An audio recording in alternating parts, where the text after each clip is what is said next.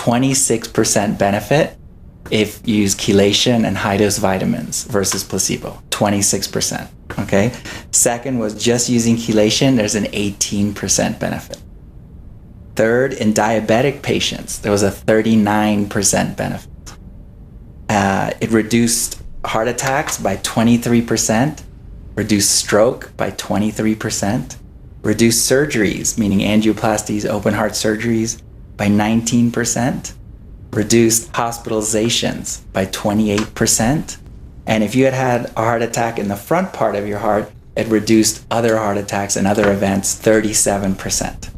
Overall, it was 26% reduction, and then every subgroup we looked at had benefit.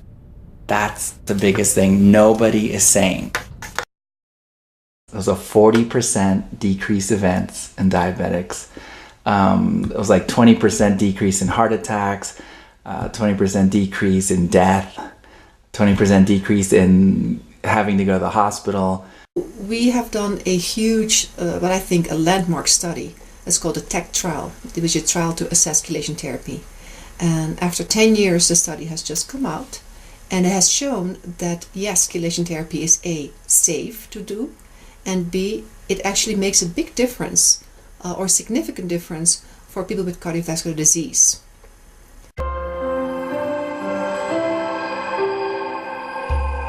In people with hypertension, when you remove lead and after the chelation therapy, you're going to have an increase in nitric oxide.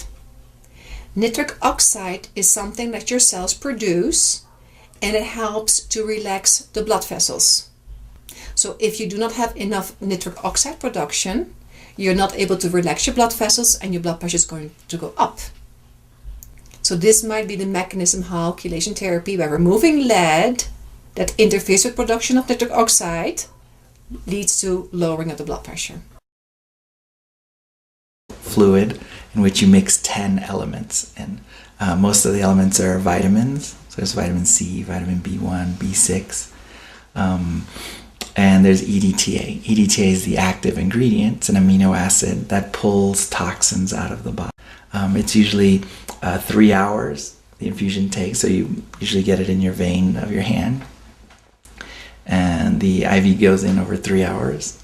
It's painless, you just relax and let it run through.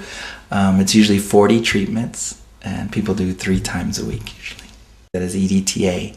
EDTA was approved in 1967. It's still FDA approved for removing toxic metals, especially lead. That's what it's approved for. So there's a lot of theories how it works. I believe it just works by clearing the lead. These are toxins that are in the environment, are in the food, and the body accumulates those. And when those toxins are present, the body's not able to function as well. The energy source of every cell depends on something called mitochondria. So it's like the little battery of the cell. And these toxins muck up the mitochondria. So your cells aren't able to produce enough energy. And when the cells can't produce enough energy, they can't do what that cell was designed to do. And a lot of times the cells will become sick. They can't do their function or can even become cancer. There's been a lot of controversy about chelation therapy. It is shameful that when you have delivered the Hippocratic Oath, which we all do at the end of our training, where you swear you will protect the life in front of you, and then you omit evidence, you omit the truth about things that can actually help, it's disgusting to me. I'm disgusted. That I wish people would know is that before you're going to have open heart surgery, before you're going to have a stent, if you've had a heart attack, there is an option. You don't need to have another surgery. You don't need to have another heart attack. You don't need to have another stroke. Production of this movie, hopefully people will get to see this movie. We're coming out with the books. Just that chelation is available. If you do have heart disease, there is a way to actually heal it other than medicine or surgery. That's really the next step, just for people to be aware that chelation is safe, it does work, it'll become mainstream, and then you'll see chelation being used as often as aspirin is used now.